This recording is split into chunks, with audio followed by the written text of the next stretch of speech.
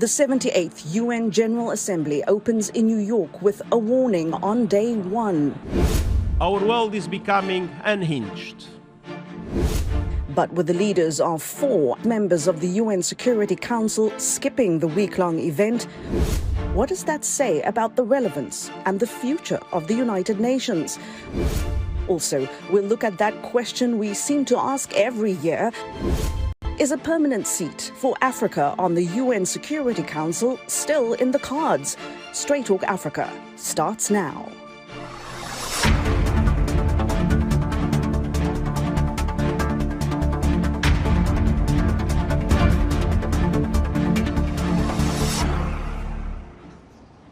Hello there and welcome to Straight Talk Africa, coming to you from VOA's headquarters in Washington. I'm Haydé Adams. Thank you so much for joining us.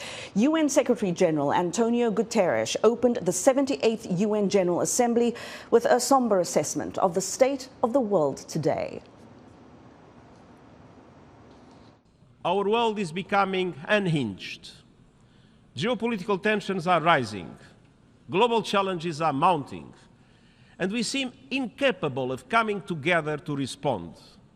The global humanitarian system is on the verge of collapse. Needs are rising and funding is drying up. Our humanitarian operations are being forced to make massive cuts. But if we don't feed the hungry, we are feeding conflict. And I urge all countries to step up and to fund fully our global humanitarian appeal. Now, amid worries that the Sustainable Development Goals are not on track, world leaders at the UN General Assembly adopted a political declaration that could bring hope to so-called developing countries. Veronica Balderas Iglesias brings us the details from the UN. On a rainy day in New York City, a somber reminder at the United Nations General Assembly of how world leaders are behind schedule in meeting the 17 Sustainable Development Goals they adopted in 2015 and hoped to achieve by 2030. Despite commitments to eradicate poverty and to reduce hunger being at the core of this agenda, alarmingly, 1.2 billion people were still living in multidimensional poverty as of 2022. It is estimated that approximately 8% of global population, or 680 million people, will still be facing hunger in 2030. Young leaders also raised concerns about the lack of progress toward the Sustainable Development Goals, or SDGs, demanding action to combat climate change and concrete solutions to empower their generation. 68 million young people are looking for jobs. All over the world, millions of young people are unable to access social protection coverage. Mental health problems like depression and anxiety are a serious concern for young people.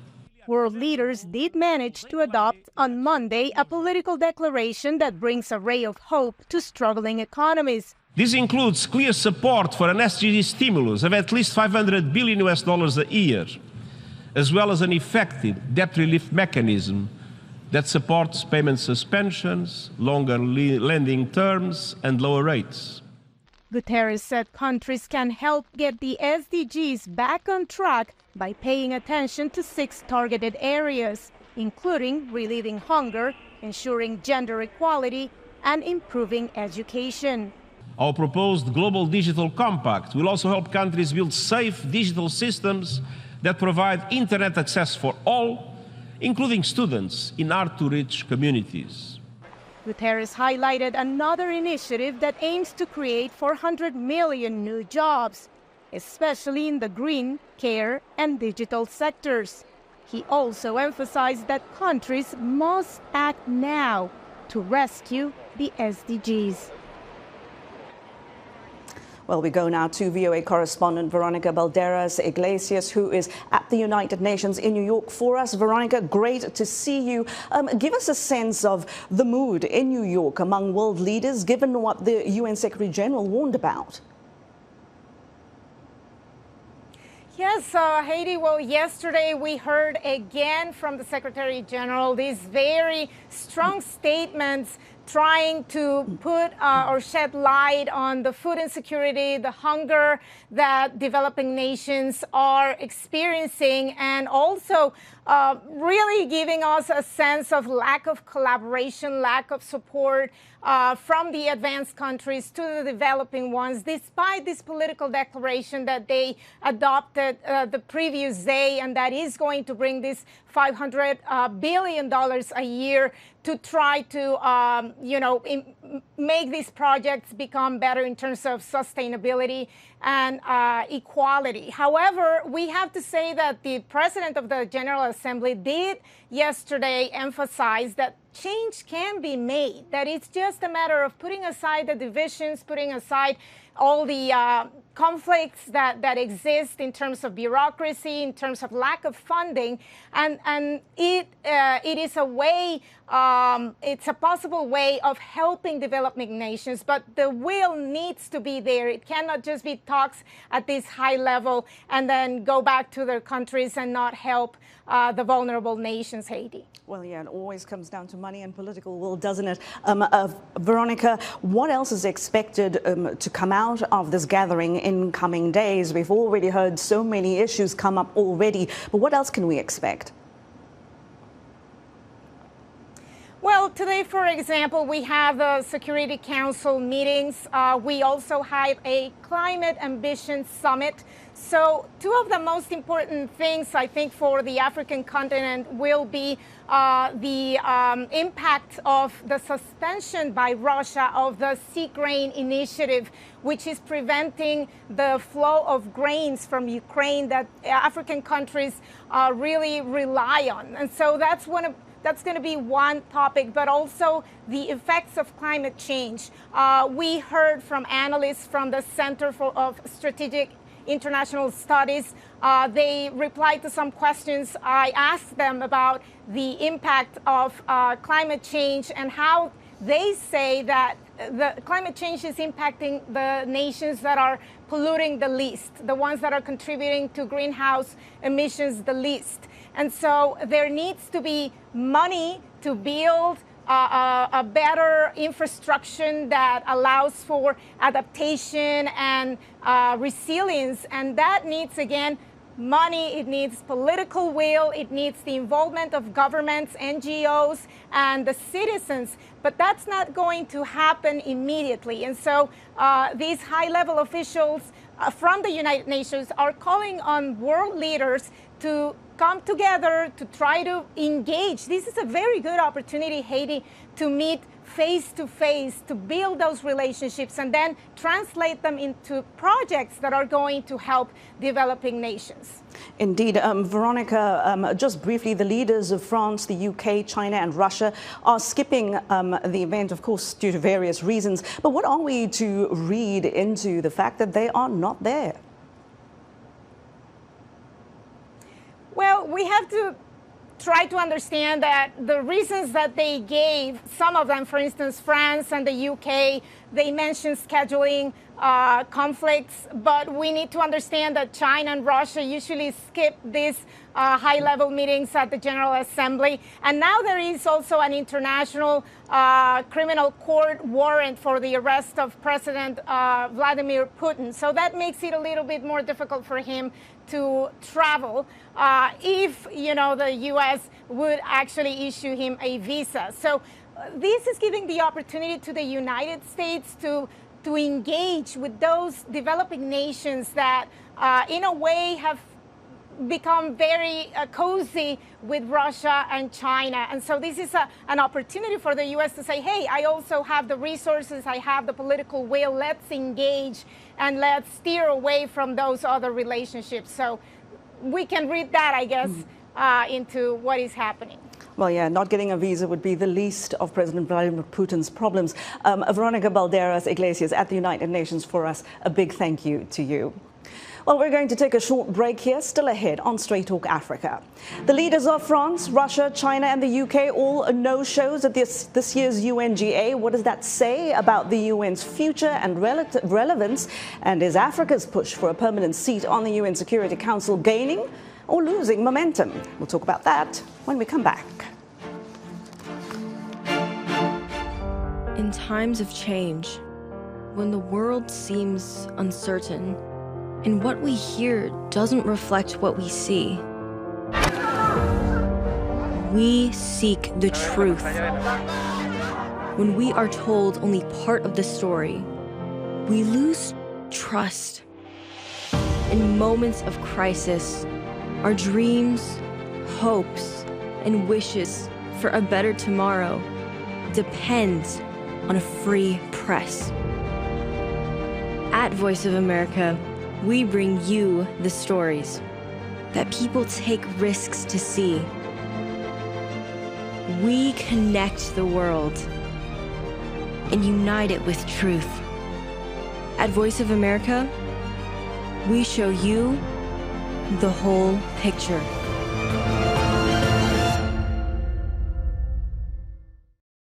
You're watching VOA's Red Carpet. My name is Jackson Vunganyi. Thank you so much for joining us each week right here on Red Carpet. We bring you the latest in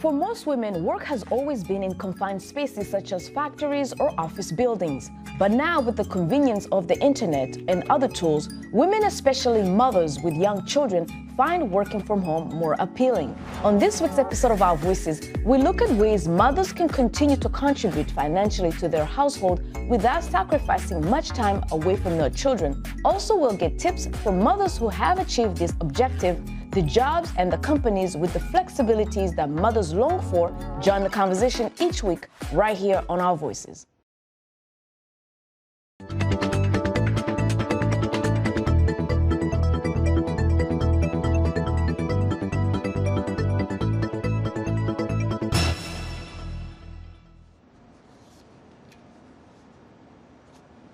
You're with Straight Talk Africa. Welcome back. Our world is in a difficult moment of transition. The future is multipolar, but our multilateral institutions reflect a bygone age.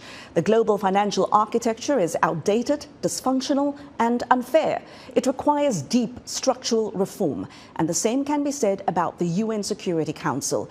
We need effective international institutions rooted in the 21st century's realities. Not my words, that is what the UN Secretary General Antonio Guterres told the G20 summit in India recently, and that summit saw the African Union finally admitted to the G20 club of the world's most powerful economies. So now all eyes are on the United Nations. What about that permanent seat for Africa on the UN Security Council? Is it more or less of a pipe dream now? And with the leaders of 4 of the permanent members of the Council skipping this week's high-level gathering, how committed is the United Nations to serious structural reform?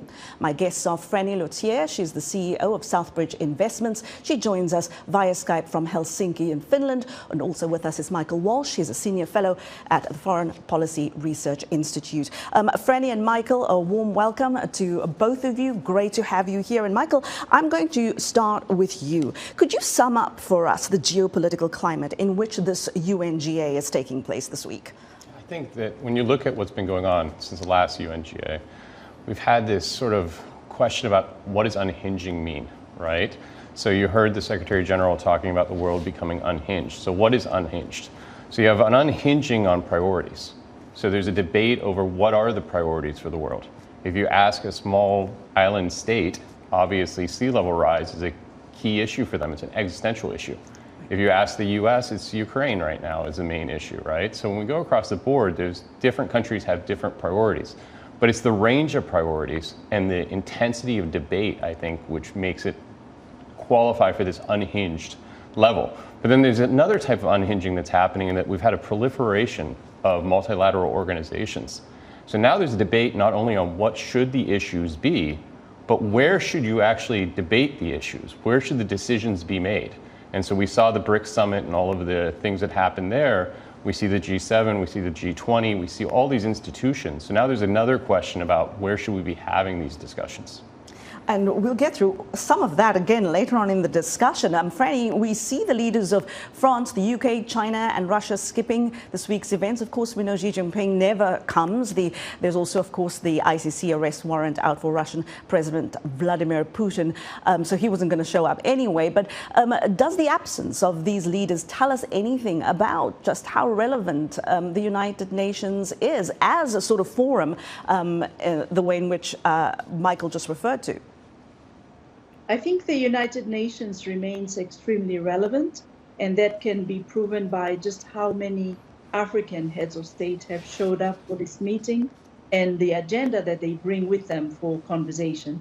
This comes after the admission of the African Union into the G20 and, of course, a very successful Africa Climate Summit, which for the first time came with a common position on climate issues that Africa has put together, not just for the continent, but for the whole world. And I think this positions then the UN in a very important location vis-a-vis the low-income countries and countries that are facing the severest risks from climate, especially given what's going on around the world right now. So I would say that the importance of the UN cannot be even more emphasized, and that is shown by the number of countries who need the UN who have showed up. Michael, of course, now we've been referring to this historic moment of the AU being admitted to the G20 or G20 plus now, as I've heard it being called. What does that admission mean for the push for a permanent seat for Africa or the African Union at the UN Security Council? I mean, it builds political momentum, but at the same time, they're de-linked from each other, right? We're talking about two different conversations. And so the big question for the AU and for the AU member states when we start talking about the Security Council is what's the process, even if you get to the point where there's an acceptance that we're going to move in this direction, how are you going to pick who gets to be seated, right? And this is an agency issue. Who's going to have an agency? Who's going to speak on behalf of Africa?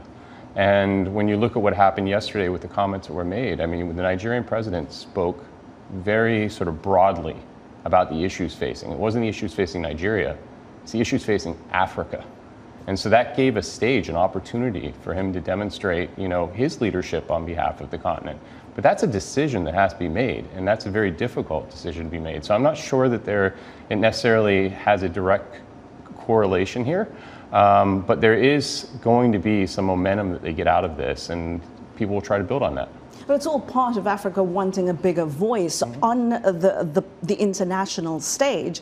Maybe does that bring us to the possibility that Africa might need more than one seat? Because yes, of course, countries do have different aspirations. Their economies are moving on different trajectories.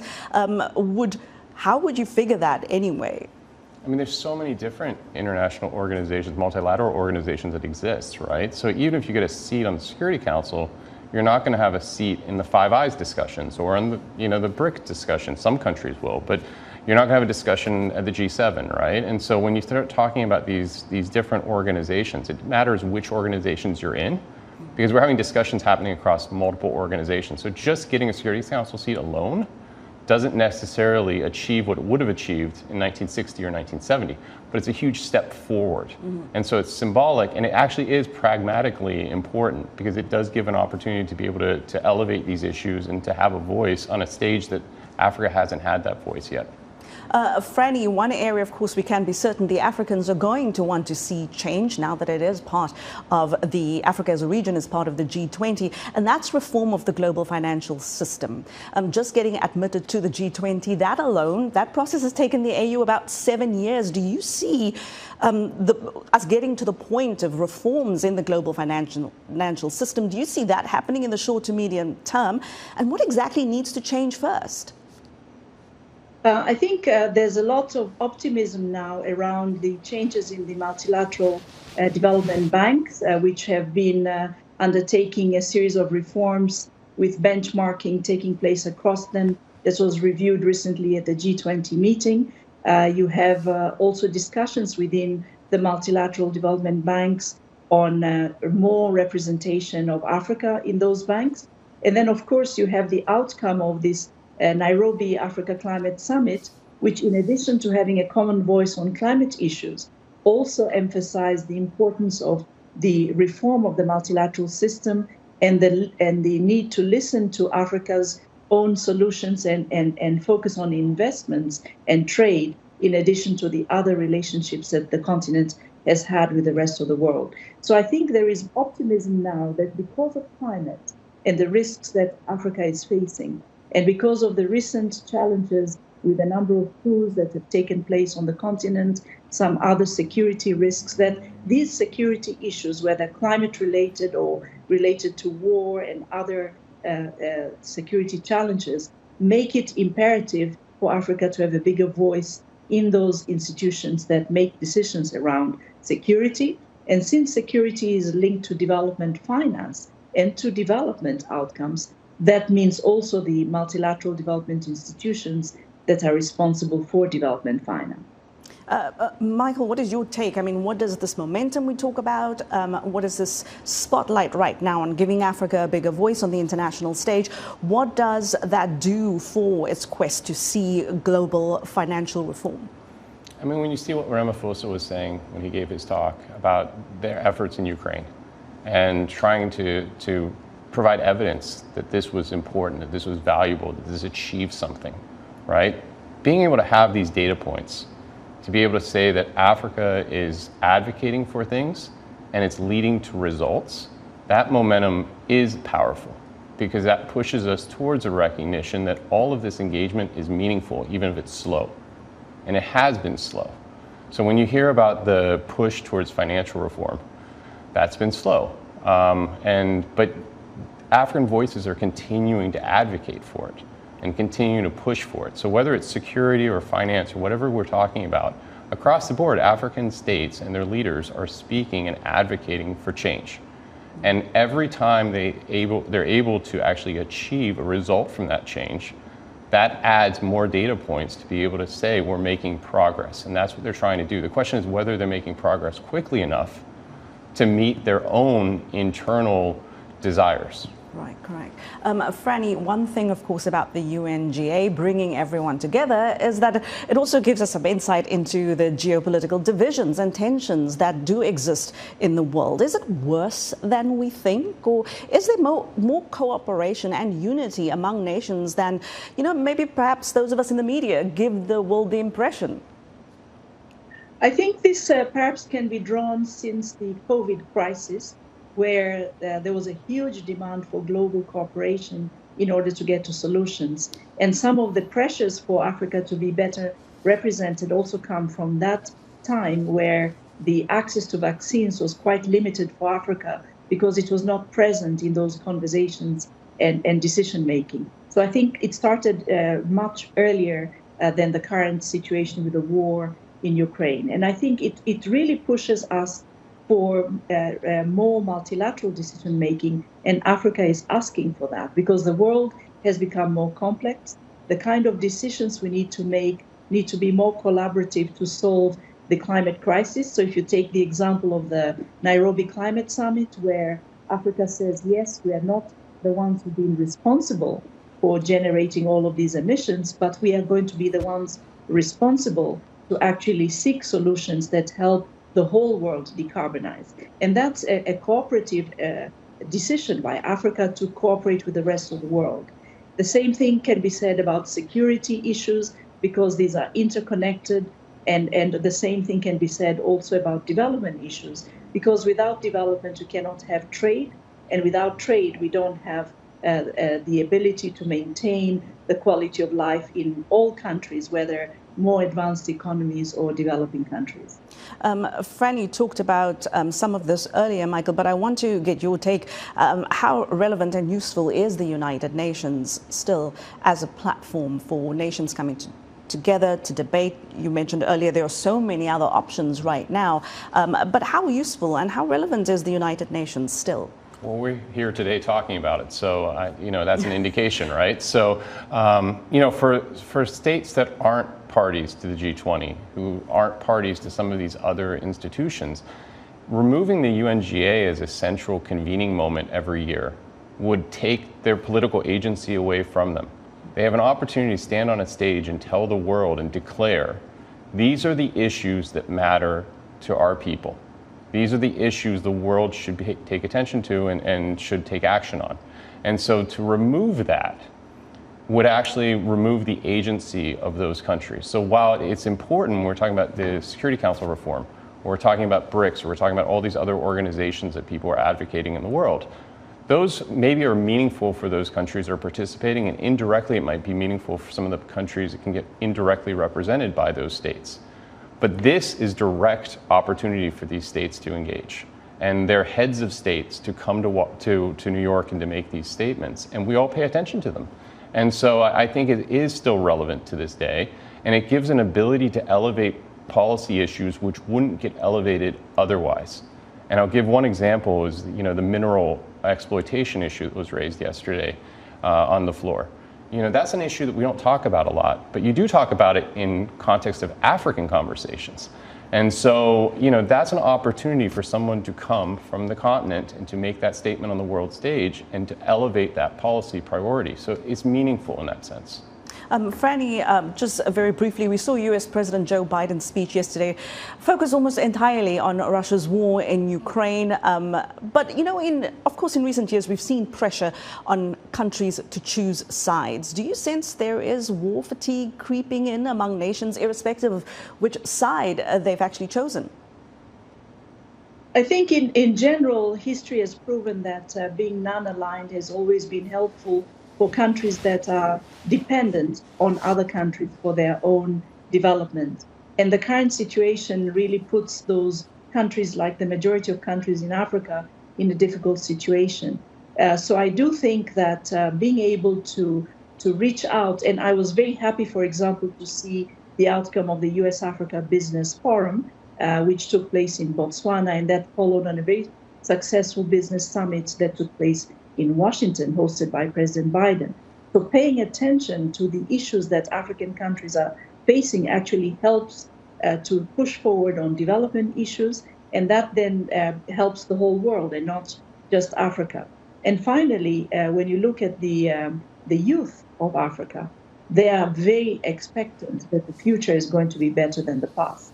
And because they're the majority now, with more than 60% of the population under 25, being able to forge those relationships between the young people of Africa and those in the rest of the world, and particularly in areas which have large African diasporas like the United States, Brazil, and Europe, does give that opportunity for collaboration across continents, because youth share ideas on music and film and literature and other cultural factors that create a closeness that cannot be achieved through other means. And this soft diplomacy, I think, is equally important and is moving along quite well because the young people are driving it.